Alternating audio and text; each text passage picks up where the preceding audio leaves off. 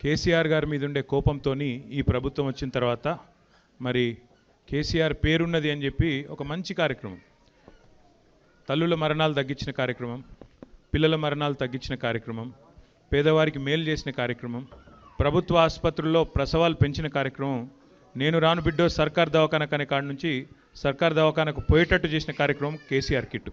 ఆ కిట్టు బంద్ చేసిండ్రు అనే బాధతో చాలామంది మాకు చెప్పడం జరిగింది. దాంతో ఈసారి అనుకున్నది ఏంటంటే, పోయిన 5 ఏళ్ళు ఏదో ఒక మంచి పని చేసుకుంటూ వచ్చినాం, ఈసారి తల్లులకు పిల్లలకు ఏదైనా మంచి చేయాలన్న ఉద్దేశంతో మిమ్మల్ని అందరినీ కొంత ఇబ్బంది పెట్టినాం.